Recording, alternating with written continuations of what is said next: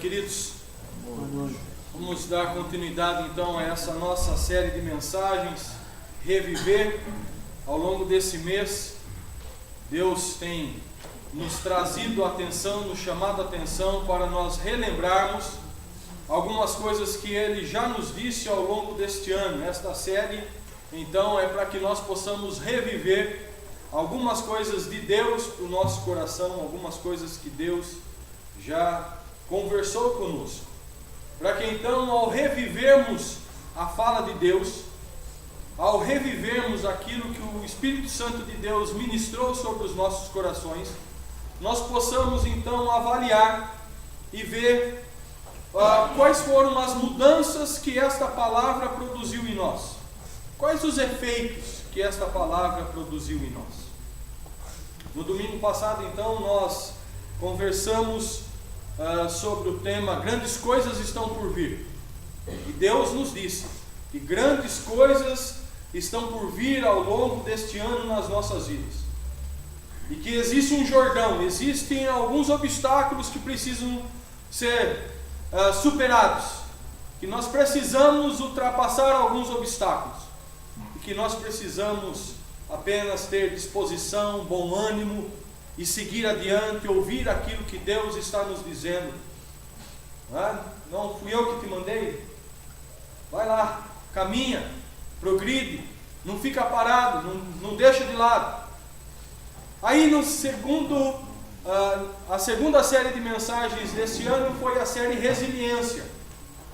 E nós então ouvimos Deus ministrar sobre o nosso coração, nos dizendo que existem situações, momentos na nossa vida, situações difíceis, situações desagradáveis, situações que podem às vezes nos pegar de surpresa, e nós precisamos ser resilientes. E aí, o que é ser uma pessoa resiliente? O que é ter uma fé resiliente? É nós, ao recebermos um impacto, um choque de alguma coisa, algo que vem e nos fere profundamente, nós nos amoldamos, nós tomamos aquele impacto, mas nós não paramos. Nós podemos até dar uns 2 passos para trás, mas nós não caímos. E se cairmos, vamos levantar em nome de Jesus e vamos continuar caminhando. Essa série Resiliência nos trouxe essa figura de Deus, nos ajudando, nos colocando em movimento nessas situações que são complicadas e que são difíceis. Deus não nos quer ver prostrados. Deus não nos quer ver desanimados. Não nos quer ver derrotados. E nós precisamos então ter um espírito, uma fé resiliente. Sofremos o dano, sofremos o embate, sofremos o impacto. Machuca, dói. Não é a negação da existência da dor, mas é a reação positiva diante da dor e do sofrimento. Não é querer tampar o sol com a peneira, fazer de conta que nada está acontecendo, fazer de conta que o problema não é problema, e que a dor não é dor, que o obstáculo não é obstáculo. Não é isso que Deus nos disse e está nos dizendo nesta noite. É nós então entendermos que existe essa dor, entender que existe esse sofrimento, mas esta dor e esse sofrimento, ela não é maior do que a graça e o amor de Deus que nos impulsiona e nos motiva a continuar caminhando. Existe a dor, existe o sofrimento, mas eu não paro. Então, Deus pergunta para mim e para você, ao longo de fevereiro para cá, quantas coisas aconteceram na sua história? Quantos episódios, quantos eventos sucederam com você, que tem exigido de você esse espírito resiliente, tem exigido de você essa postura? As notícias que são ruins, os problemas que são graves, as dificuldades que são tremendas, como você, a partir então do que o Espírito Santo de Deus já ministrou sobre o seu coração, sobre a sua vida, Qual tem sido essa sua postura, então, diante disso tudo? Como é que você tem reagido a isso tudo na sua vida? Você ouviu o que Deus falou? Você foi ministrado pelo Espírito Santo de Deus? Você caminhou? Ou você simplesmente acabou desistindo? Como foi a sua postura diante dos desafios que você enfrentou e que exigiram de você essa postura resiliente? Para isso, então, nós olhamos o capítulo 1 de Neemias e olhamos para a história de Neemias e a postura de Neemias como essa base de postura resiliente. Neemias recebe uma notícia muito grave. Notícia grave pode chegar para todos nós. Chega para o rico, para o pobre, para o bonito, para o feio. Chega para todo mundo. Todos nós podemos ser surpreendidos com a má notícia. A situação que o povo vivia, negócio tremendo, não é? Ele recebe a notícia de que os muros de Jerusalém tinham sido destruídos. O povo que havia ficado ali na terra estava passando por uma vida miserável. E tudo isso havia uma representatividade muito grande no coração de Neemias. Os muros, a cidade destruída, Jerusalém destruída. Jerusalém simbolizava, tinha o símbolo da presença de Deus. A fé foi destruída. A família, o povo, a sua identidade, a sua cultura tinha sido destruída. Os seus patrícios estavam sofrendo, seus irmãos estavam sofrendo.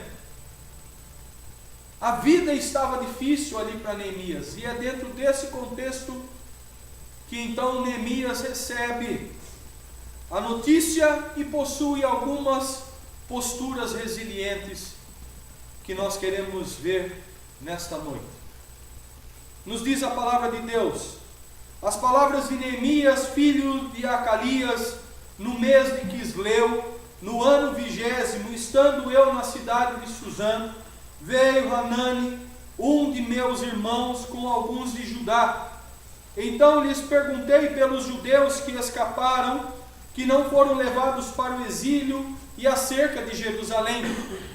Disseram-me: os restantes que não foram levados para o exílio e se acham na província, estão em grande miséria e desprezo.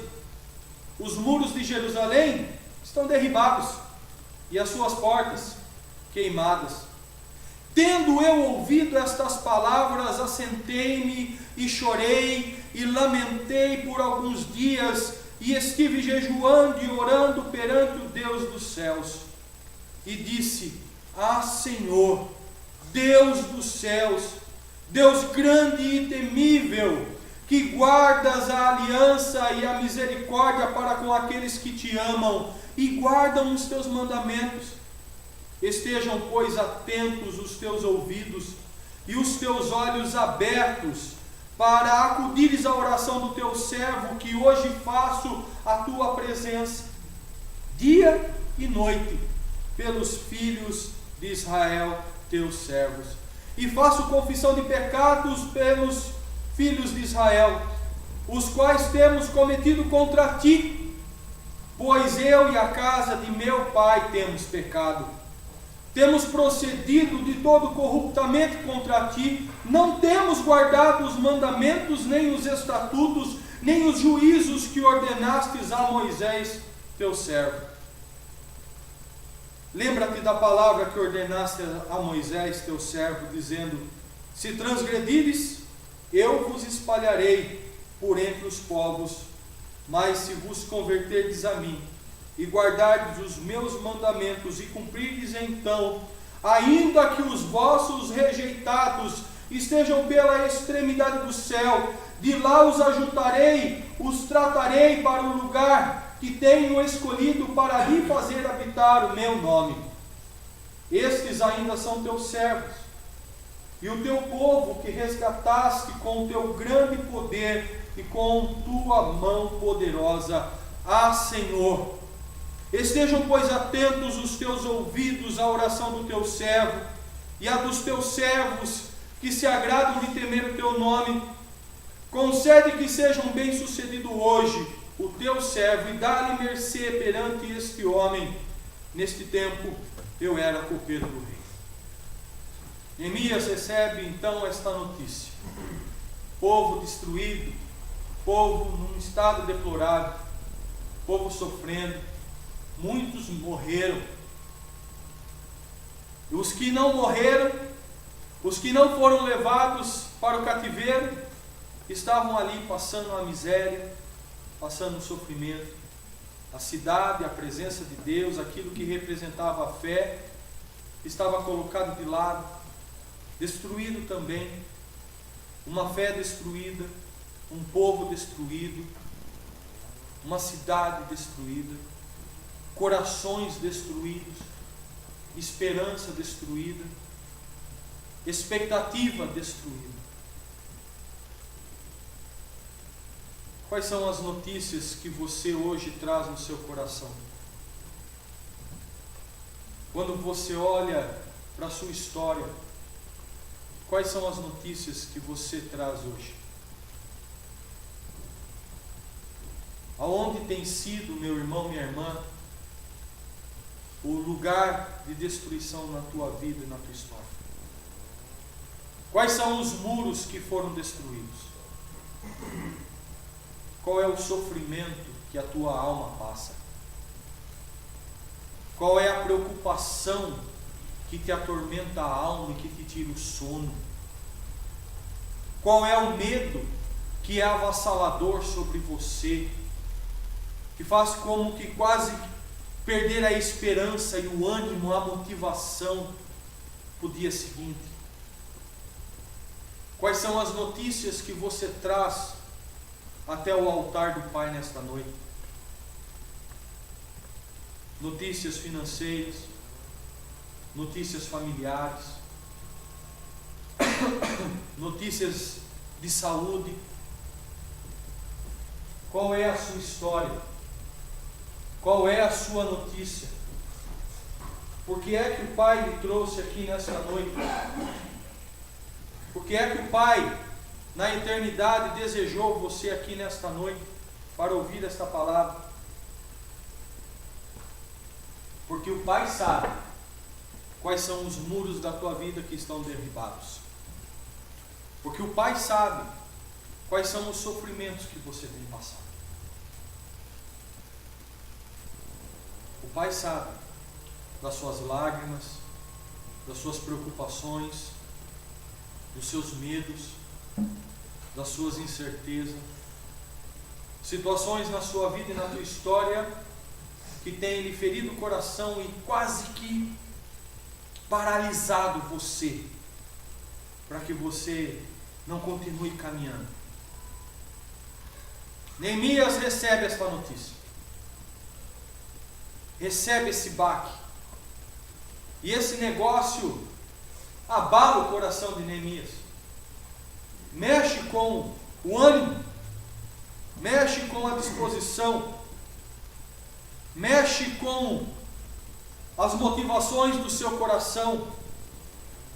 O verso 4 diz assim: e tendo eu ouvido estas palavras, assentei-me e chorei e lamentei por alguns dias. Choro. O camarada recebe o negócio, a ideia que me passa na cabeça é que ele recebe aquela notícia toda, sabe aquele negócio que te bambeia as pernas, que tomara que tenha uma cadeira perto para você sentar, para que você possa então parar e respirar. Por favor, alguém pega um copo de água para mim. A ideia que me passa na cabeça é que foi mais ou menos assim com Neemias. Quando ele recebe toda esta notícia, ele senta, ele chora e ele lamenta. Deus não nos priva, querido. Ser uma pessoa resiliente não é ser privado do choro, não é ser privado do lamento, não é ser privado da dor. Não. Neemias senta, chora e lamenta. E olha, por alguns dias. Por alguns dias. Não foi pouco o choro, o lamento, a dor e a tristeza. E o Espírito Santo de Deus diz para mim e para você: filho, eu sei do choro. Eu sei do seu lamento. Pode sentar, pode chorar. Pode se lamentar. Rapaz, eu não sei quantos aqui ainda possuem seu pai e sua mãe. É tão bom para aqueles que podem, né? Você ainda poder ir lá perto do seu pai, da sua mãe. E às vezes pode ser que eles já estejam mais de idade e você não quer preocupá-los com os seus problemas, na verdade. Mas pelo menos você pode colocar, dar aquele abraço no seu pai ou na sua mãe, colocar a cabeça no ombro dele ou dela. Sabe, é o que Deus faz por mim e por você.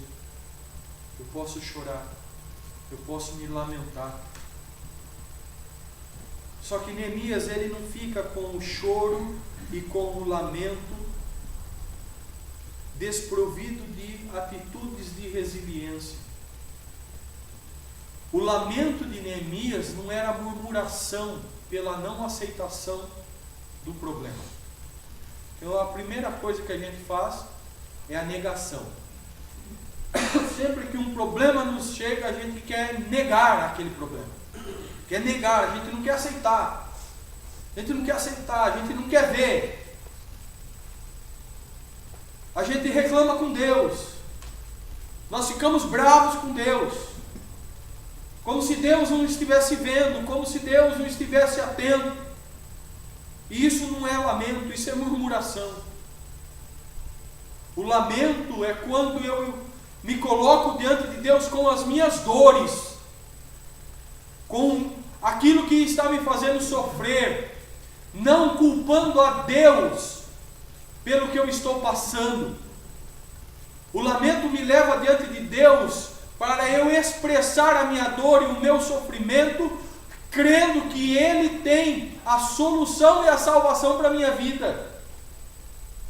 É um choro de pedido de socorro e não de acusação contra Deus. E é assim que Neemias se lamenta e chora diante de Deus. Mas o choro e o lamento de alguns dias são acompanhados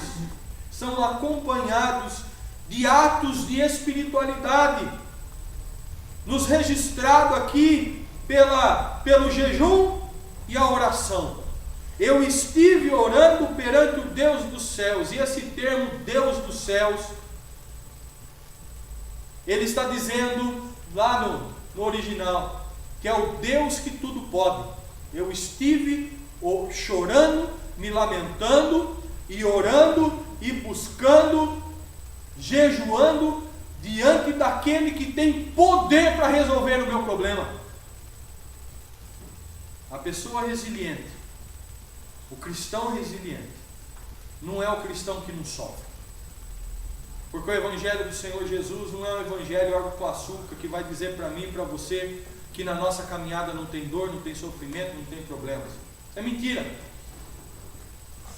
Existem dificuldades, dor, choro, lamento, mas existe sempre uma resposta desse Deus dos céus. E é isso que Neemias faz. O cristão resiliente, ele chora, lamenta, ele busca a presença de Deus, porque ele crê que esse Deus é o Deus do céu, é o Deus que tem poder. É o Deus que tem poder para mudar a história dele. Ele não chora em qualquer lugar, para qualquer coisa, ou para qualquer Deus, não, é o Deus do céu. É o Deus que é poderoso para fazer infinitamente mais. E hoje pela manhã nós falávamos um pouco sobre a oração e tal, essa busca pela oração. E nós vimos então que a nossa oração, e assim também da mesma maneira o jejum aqui, porque às vezes a gente quer usar o nosso jejum e a nossa oração como um mecanismo de manipular Deus, para que Deus então veja que nós estamos fazendo jejum, veja que nós estamos ali fazendo as nossas orações, e então Deus se comova, Deus tenha pena de nós, e Deus então se submeta a fazer aquilo que nós estamos pedindo. Usamos o jejum e da oração como um mecanismo de manobrar Deus, para que a nossa vontade seja feita, mas isso não é bíblico. O jejum e a oração são mecanismos de eu me aproximar diante de Deus, para que a minha vida seja amoldada segundo a vontade do Deus que está no céu. Quando eu oro, quando eu jejuo, quando eu choro e lamento diante do Deus dos céus, pode ser que a situação não mude. Pode ser que aquele episódio que está me trazendo sofrimento naquele momento não mude. Mas o meu coração, a minha disposição, a minha fé, a minha esperança, a visão do problema vai mudar. Porque eu passo a ter não a minha visão sobre o problema, mas a visão do Deus dos céus, o Deus que todo pode. A minha oração, o meu jejum não muda a Deus, muda a minha posição diante de Deus. E aqui então, o Espírito Santo de Deus ministra sobre a minha vida e a sua vida, para que nós, diante desses desafios e esses embates que nós temos vivido, esses momentos e essas más notícias que você recebe, Deus está me chamando e chamando você para uma vida resiliente, uma vida que está diante do Deus dos céus, uma vida que chora. Deus está falando para mim e para você: vem cá, filho, chora aqui junto comigo, fala aqui para mim, consagra a sua vida aqui diante de mim, porque eu tenho poder para mudar a sua história. Eu tenho poder para reverter esse jogo. Tenho poder. Deus não nos priva do choro e do lamento, mas Ele não nos deseja numa vida contínua de choro e lamento. Choro pode durar uma noite, não pode? Mas alegria virá pela manhã, alegria que vem do Senhor, alegria que vem do Deus dos céus, esse Deus que é poderoso. Pode ser que você chegue hoje, metade do ano, mês de junho, com algum choro e alguns lamentos, porque foram por alguns dias.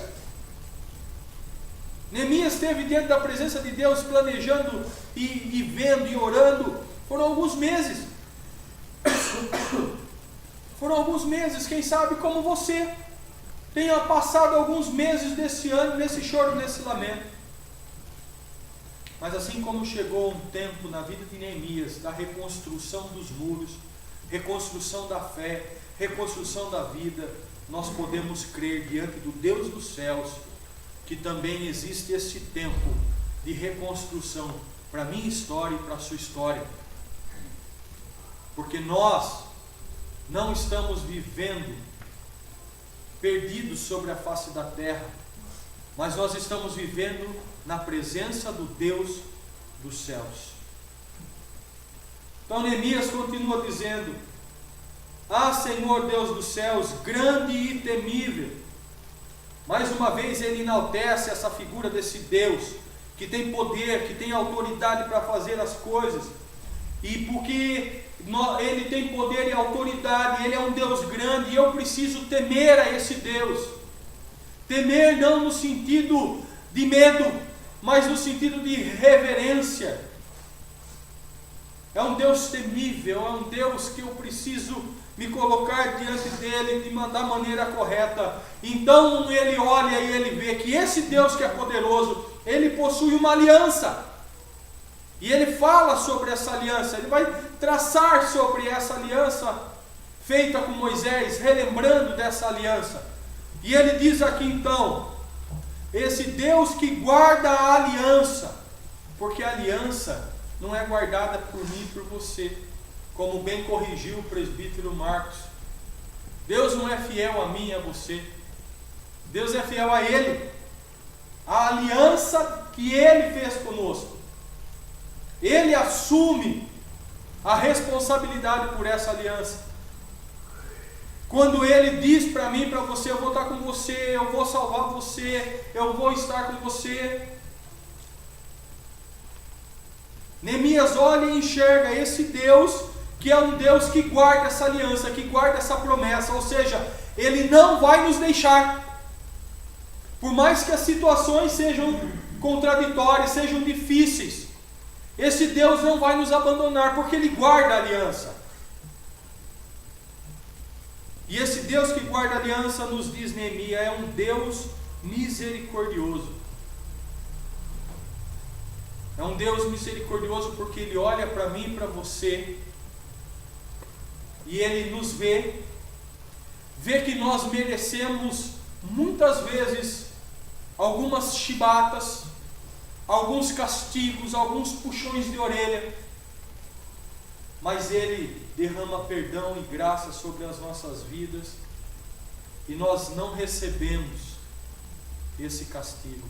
Ele é um Deus misericordioso. Ele entende a nossa pobreza de espírito. Ele entende a nossa fraqueza, a fraqueza humana, a falha humana. Ele consegue compreender aquilo que está dentro de mim e de vocês. Então Neemias se coloca aí na presença desse Deus, relembrando das promessas de Deus, relembrando a aliança de Deus e confessando diante de Deus: olha, nós erramos. E essa é uma avaliação difícil da gente fazer. Onde é que você errou? Quais foram os erros que você cometeu? Onde é que você se desviou? Porque o problema aqui na vida de Israel era o desvio de Israel. Ele disse, o Senhor disse lá para nós: se a gente se manter fiel ao Senhor, fiel à tua palavra, fiel ao teu ensinamento, nós seríamos abençoados. Mas se a gente não fizesse isso, nós seríamos espalhados, nós seríamos punidos. E olha, Deus é o seguinte, verso 7: temos procedido de todo corruptamente contra ti, não temos guardado os mandamentos, nem os estatutos, nem os juízos que ordenaste a Moisés teu servo. Nós não fizemos, Pai. Nós erramos.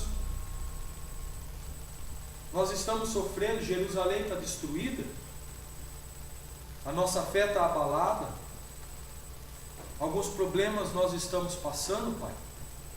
Não foi porque o Senhor falhou, porque o Senhor, o Deus dos céus, guarda os mandamentos. O Senhor é fiel a isso, aquilo que o Senhor prometeu. O Senhor guarda a aliança. Fomos nós que falhamos. Nós agimos de todo corruptamente. Nós nos esquecemos do Senhor. Nós abandonamos aquilo que é teu. Nós nos afastamos daquilo que era a tua vontade e começamos a fazer aquilo que era a nossa vontade.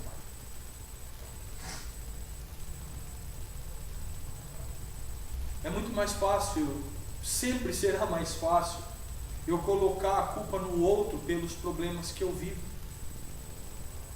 pelas situações que eu passo,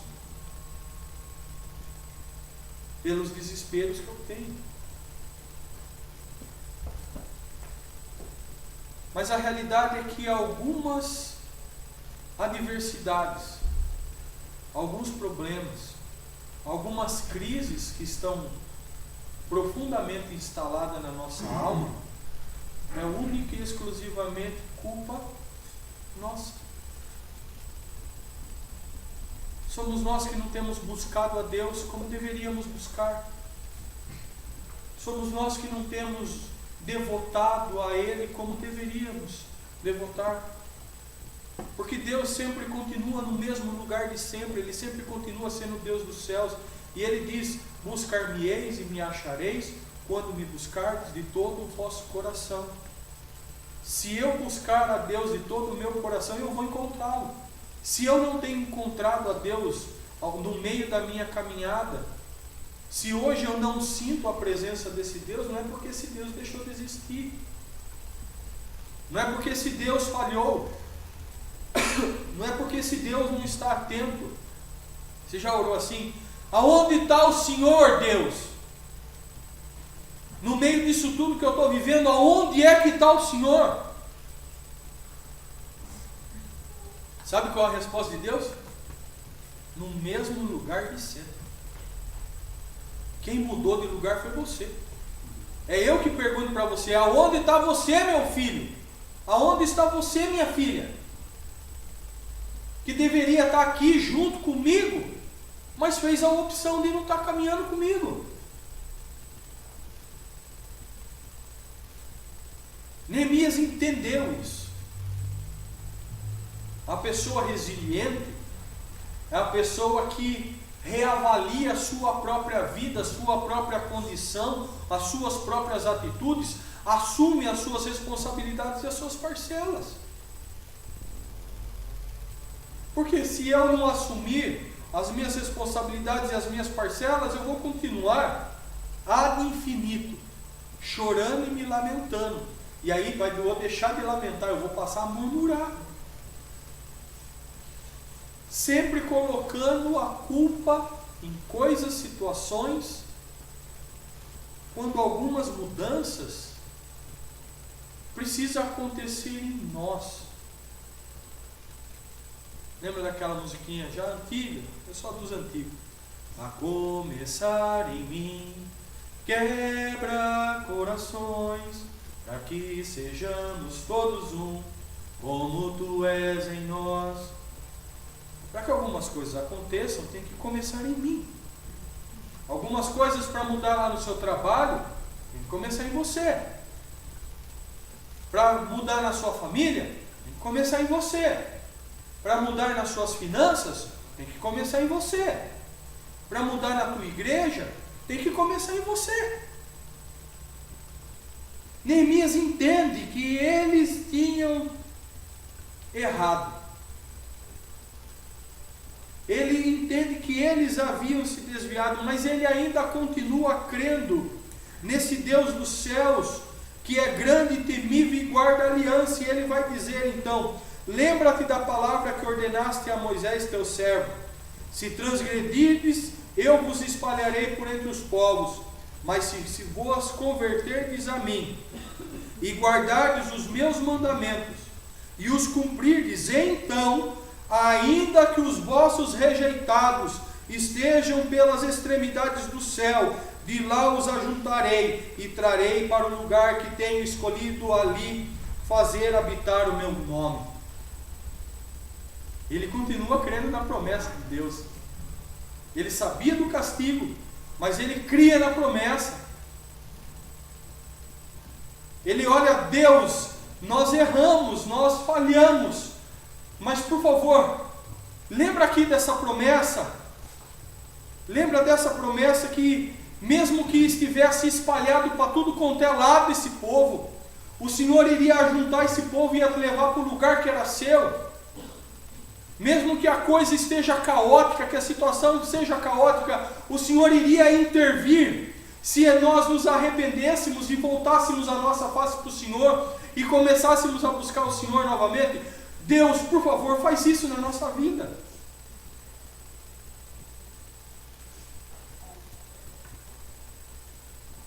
Você continua crendo nessa promessa de Deus?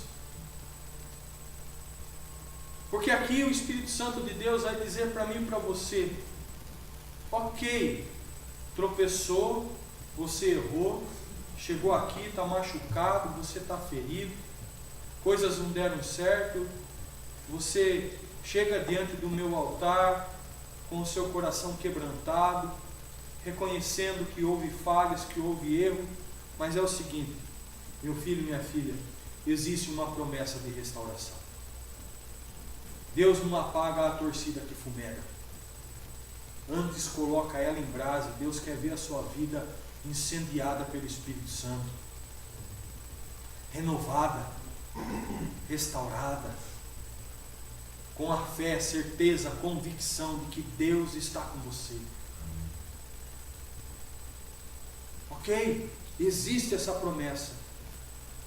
E essa promessa é para mim e para você. E é por isso que eu posso ser resiliente. É por isso que eu não preciso ficar sentado, chorando, me lamentando e lamuriando pela minha vida. Porque eu acredito que tem uma promessa de restauração. Eu acredito que há salvação. Coloca a tua boca no pó, porque ainda há esperança para você. Ao cheiro das águas, a sua vida brota novamente. A árvore pode estar cortada, caída no chão, mas ela pode germinar novamente. E Deus quer que a sua vida germine. Deus está dizendo, há esperança para você. Lembra desse hino? Há esperança para o ferido, como árvore. Ainda que na terra envelheça a raiz, e no chão abandonado seu tronco morrer, há esperança para você. Tem esperança para você, meu irmão? As notícias podem ter sido ruins, a história pode ter sido adversa até aqui, mas Jesus Cristo não morreu em vão. Ele morreu para nos dar uma viva esperança. Uma esperança, porque Ele está vivo, de restauração, de transformação. E não existe problema, não existe dificuldade, não existe situação que eu e você, nós possamos passar hoje, que não possa ser transformada pelo poder da cruz, pelo sangue de Jesus. Creia nisso, chore, lamente, mas levante em nome de Jesus. Se arrependa, se converta dos seus erros, dos seus maus caminhos. Reconheça as tuas falhas diante de Deus, porque se Deus é o Deus do céu, é o Deus que tudo pode, e Ele é um Deus que guarda a aliança. Ele não é homem para que minta, nem filho do homem para que se arrependa. E Jesus jamais vai se arrepender de ter escolhido você para salvar, para restaurar, para transformar. Resiliência.